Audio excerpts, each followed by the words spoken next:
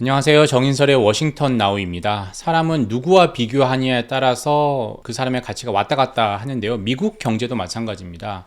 다른 나라와 비교하면 너무너무 좋죠. 이렇게 계속 사상 최고치 지금 경신하고 있고요. 뉴욕 증시는 긴축에도 소비와 고용은 너무나 잘 버티고 있습니다. 역대급 성장 계속 이어가고 있고요. 세계적 위기라는 말이 정말 무색할 정도입니다. 시간이 문제일 뿐 미국의 인플레이션은 언제까진 잡혀갈 거거든요. 그리고 낙타가 바늘구멍 통과하는 것만큼 어렵다는 연착륙 가능성도 의구심이 컸는데 날로 이제는 커지고 있습니다. 특히 중국과 비교해보면 미국의 입지는 위상은 더욱더 확고해지죠. 그래서 바이든 대통령은 바이노믹스다라고 해서 본인의 경제적 치적을 계속 홍보하고 있습니다. 그런데 미국인들에겐 소구력이 별로 없다라는 거죠. 미국인들의 생각은 다릅니다. 미국하고 어디 뭐 중국, 한국, 유럽하고 비교해. 그 경제 어려운 거 나하고 상관없어. 오직 비교 대상은 뭐다? 왕년의 미국이었다라는 거죠. 최근에 가장 잘 나갔던 때가 바로 언제였습니까? 인플레이션도 없고 전쟁도 없고 주머니 사정도 괜찮았던 바로 트럼프 행정부 때만 하고 비교를 하니까 바이든노믹스가 전혀 먹히지 않는다라는 거죠. 그래서 트럼프 전 대통령은 뭐 정말 호기를 잡았죠. 다른 건 몰라도 미국 중심주의는 트럼프만큼 해줄 사람은 없을 거야. 미국 경제를 바이든보다는 잘 지킬 거고 현재 두 개의 전쟁, 세 개의 전쟁도 어찌 보면 해결할 수 있을 거야라는 기대를 많이 한다라는 거죠. 그래서 트럼피즘의 인기는 하늘을 찌르고 있다라는 거죠. 이렇게 천재일우의 기회를 잡은 트럼프 전 대통령과 그에 맞서는 조 바이든 대통령의 재대결 가능성을 중심으로 이번 주 주요 일정과 이슈를 한번 살펴보겠습니다. 이번에 제가 아이오 커커스 지난주에 갔다 왔는데 가장 놀랐던 게 한국과 일본 언론의 관심, 한국과 일본의 관심입니다. 당연히 트럼프 전 대통령에 대한 재집권에 대한 두려움, 리스크 때문이죠. 바이든 행정부 때 가장 어떻게 보면 미국과 가까워졌던 나라를 꼽으라면 한국과 일본이잖아요. 한미일 동맹 정말 뭐 격상이 됐잖아요. 그래서 트럼프 전 대통령이 재집권을 한다면 우방국, 동맹국들이 가장 직격탄을 받을 텐데 그만큼 두려움이 한국과 일본에 많습니다. 그래서 한국과 일본의 언론의 열기가 가장 뜨거웠다라는 거죠. 한국 언론이 이번에 아이오 커커스에 자그마치 24개 언론사가 갔습니다. 미국의 그 지방 언론사, 지역 언론사 빼고 중앙 언론사 기준으로 봐도 아마 한국 언론사가 더 많았을 겁니다. 카메라맨이나 그런 스태프들까지 포함하면 30명 이상이 갔거든요. 이건 이제 그 갔던 사람들 중에 미디어 센터, 유료로 등록을 하고 사실상 신문은 필요 없고 방송 중심으로 돌아가기 때문에 거기서 뭐 스탠딩을 하면서 카메라를 찍어야 되기 때문인데 이 미디어 센터에 등록한 언론사 기준으로 봐도 이 파란색으로 지금 색칠한 게 한국 언론사입니다. 10개고요. 노란색이 어디입니까? 일본입니다. 5개. 한국의 더블 스코어라는 거죠. 그만큼 한국 언론, 미국 대선, 미국 공화당 경선을 취재하는 열기가 가장 뜨겁다라는 게 저한테는 인상적이었고요. 그보다 더 뜨거웠던 건 바로 트럼피즘, 트럼프 지지자들의 모습입니다. 다들 놀라는 게 트럼프 지지자들은 정말 종교 집단, 성도들, 신도들 같다라는 겁니다. 영하 30도, 체감온도 영하 40도에서도 3, 4시간 기다리는 건 기본이고요. 아이오 코커스 때 그랬고 이번에 이제 지난 주말에는 뉴햄프셔에서 유세가 있었는데 트럼프 전 대통령의 그 영하 20도 강추위 속에서도 3시간 이상 줄 서는 건 기본이라는 거죠. 그리고 트럼프 전 대통령이 들어올 때는 덩실덩실 춤을 추면서 그냥 파티입니다. 그냥 축제입니다. 트럼프 전 대통령을 환호성 속에 맞이하는 그 모습은 종교가 아니고서는 설명을 할 수 없다는 거죠.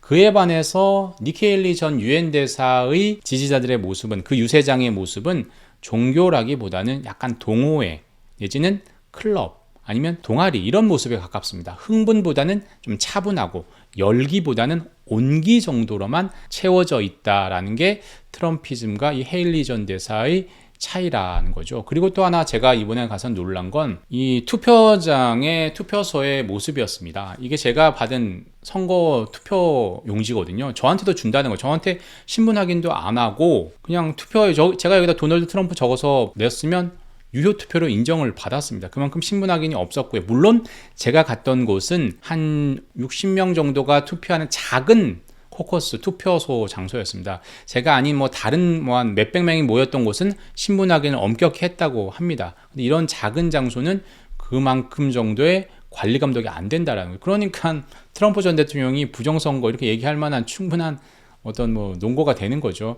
그런데 이렇게 아이오와 코커스는 되게 소규모로 하는 곳이 많지만 이번에 23일에 있는 뉴햄프셔 프라이머리는 좀 다르다라는 거죠. 아이오와는 공화당원만 투표하는 폐쇄적 코커스였다면 뉴햄셔는 당적이 없는 무소속 유권자들 비율이 정말 훨씬 더 높습니다. 전체에선 거의 한 40%, 정확하게는 39%거든요. 이 사람들이 공화당 프라이머리와 민주당 프라이머리가 동시에 열리는데 이 한 곳을 선택해서 투표를 할 수 있습니다. 지금 바이든 대통령만 사실상 있는 민주당보다는 공화당이 그래도 좀 흥행에 성공하고 있으니까 공화당에 투표를 할 가능성이 높다라는 거죠. 이 무소속 유권자들이 대부분 중도층이다라는 거죠. 그래서 바이든 지지자들이나 중도층 지지자들이 트럼프보다는 좀 더 많은 헤일리 전 대사에게 유리하다라는 거죠. 어느 선거구, 어느 지역보다 헤일리 전 대사에게 유리하다라는 겁니다.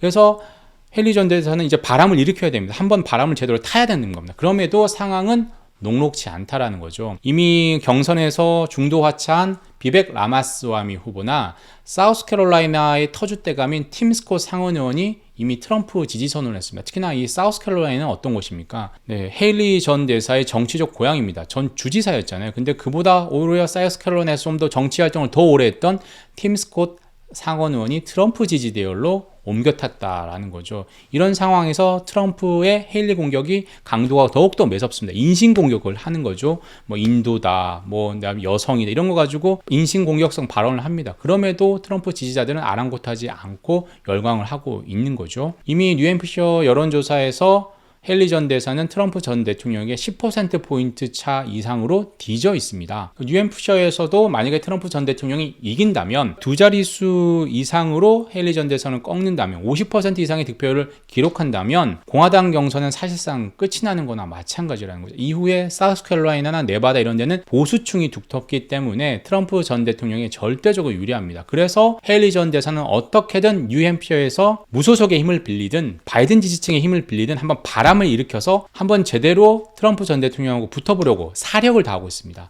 트럼프 전 대통령이 지금 어떻게 하고 있습니다. 본인과 헤일리 전 대사와 낸시 펠로시 전 하원 의장을 헷갈려 합니다.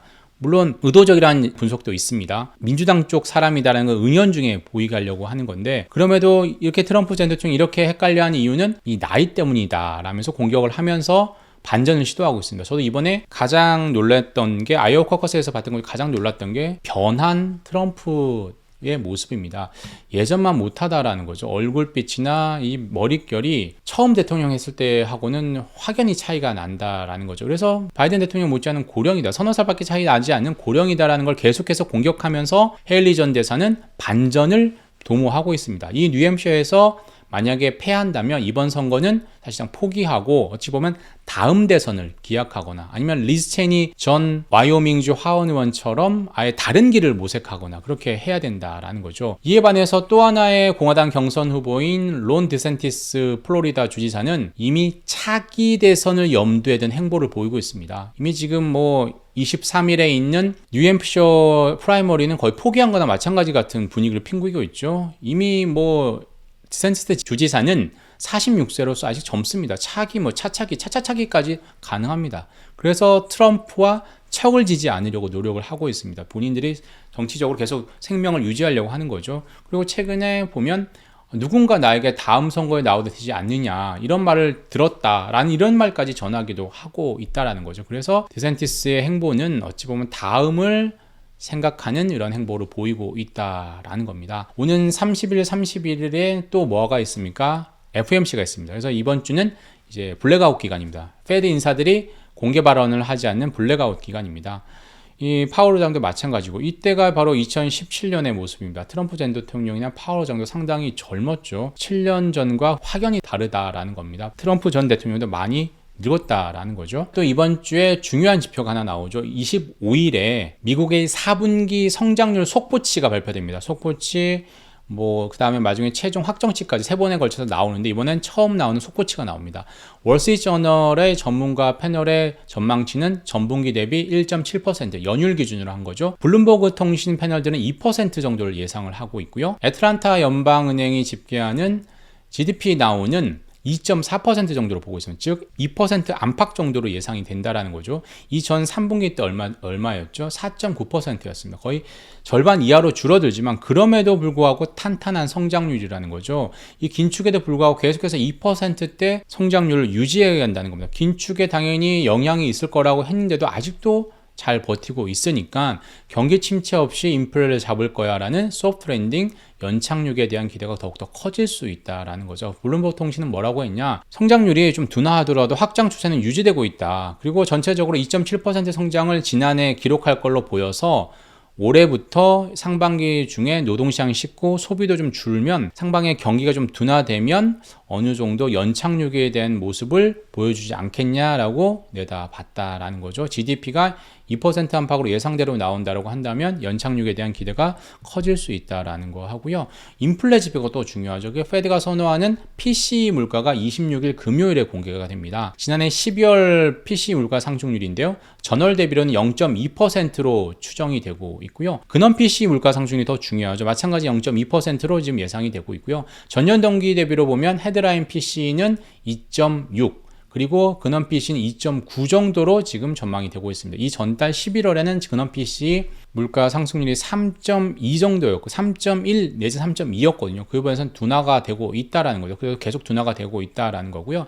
최근 들어서 파월 의장이 강조하고 있는 6개월 대비 근원 PC 상승률은 1.9% 정도가 될 걸로 예상을 하고 있습니다. 클리블랜드 연인이 집계하는 인플레 나우 캐스팅 자료를 보면 전년 동기 대비로 보면 2.7, 3.0으로 지금 예상이 되고 있다라는 거고요. 이제 중요한 것도 분기 전체적으로 보면 작년 4분기 기준으로 보면 헤드라인 PC가 1.8이었고 근원 PC가 2.1 정도였다라는 겁니다. 즉 페드의 목표치인 2%에 거의 근접했고 헤드라인 PC는 오히려 그보다 더 낮았다라는 거죠. 이 때문에 골드만삭스는 3월에 금리를 조기에 금리를 인하할 거야 라는 그 주장을 계속해서 고수를 하고 있습니다. 다른 곳들은 다시 5월, 6월, 7월로 많이 늦췄지만 최근 들어서 이 조기 금리 인하에 대한 기대감이 다시 사라졌잖아요. 금리 선물 시장에서도 50% 아래로 내려갔지만 여전히 골드만삭스는 3월 금리 인하서를 포기하지 않고 있습니다. 전체적으로 경기는 조금씩 식으면서 인플레도 급격히 둔화를 하면서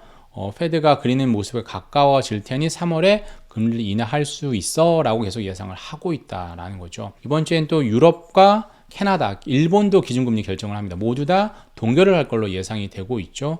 유럽에서도 뭐가 지금 더 이슈입니까? 동결은 당연한 거고요. 시장과 이 중앙은행의 어떤 그 주장, 생각의 견해 차이가 지금 페드와 시장의 차이가 똑같습니다. 시장에서는 ECB가 유럽 중앙은행이 4월에 금리를 내릴 걸로 보고 있는데 이것도 3월에서 늦춰진 거죠. 그런데 유럽 중앙은행 인사들은 하반기가 적정이나 시점 3분기 정도로 꼽고 있다는 거죠. 오는 25일에 미국 동부 시간으로 25일입니다. ECB는 금리를 동결하면서 이 간극에 대해서 발언을 당연히 하겠죠. 라가르드 ECB 총재가 발언 어떤 수위나 온도차가 나는 발언을 한다라고 하면 시장은 영향을 받을 가능성이 있겠죠. 그리고 일본이 22일, 캐나다가 24일에 중앙은행들이 금리를 결정을 합니다. 동결 가능성이 당연히 높죠. 특히 블룸버그는 캐나다 중앙은행의 모습에 대해서, 행보에 대해서 관심을 표했는데 4연속 기준금리 당연히 5% 유지를 하고 금리나 신호를 줄 수도 있지 않느냐, 이 부분에 대해서 주시를 해야 된다라고 얘기를 했습니다. 그리고 티르키예 중앙은행도 25일 목요일에 마지막 금리 인상 종료를 얘기할 수도 있다, 이렇게 전망을 했습니다. 자, 미국과 다른 나라 간 경쟁 구도로 보면 아까 앞서에 말씀드렸던 것처럼 미국은 압도적인 토플레스입니다. 그러나 트럼프 행정부와 바이든 행정부의 싸움으로 보자면 양상은 달라진다는 거죠. 그때와 지금은 상황이 너무나 다르지만 트럼프 지지자들과 중도층은 그게 중요한 게 아닌 거죠. 상황이 어찌 달라졌든 간에 본인의 느끼는 체감 물가와 주머니 사정이 더 중요하다라는 거죠. 그래서 바이든 행정부는 계속해서 다른 나라와 비교해봐라, 미국 상황은 너무 좋다, 이렇게 계속해서 미국 경제의 건강함을 치적으로 계속 내세우고 있죠. 반면 트럼프 전 대통령은 5년 전에 본인이 있었을 때는 너무 좋았다, 태평성대였다, 지금을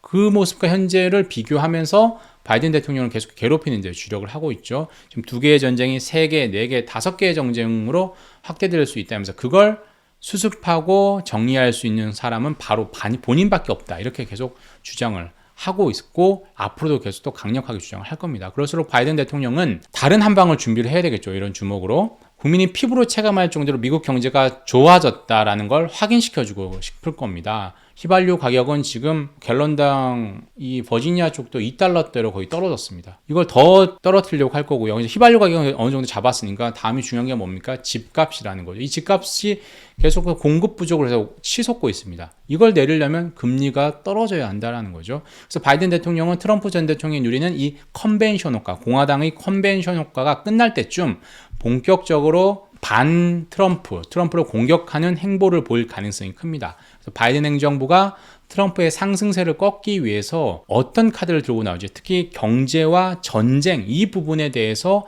많은 카드, 많은 어떤 정책을 내놓을 텐데요. 어떤 카드를 내놓을지가 앞으로서 유심히 봐야 될 관전 포인트가 될 것 같습니다. 오늘은 여기까지 하고요. 저는 다음 주에 다시 찾아오겠습니다. 감사합니다.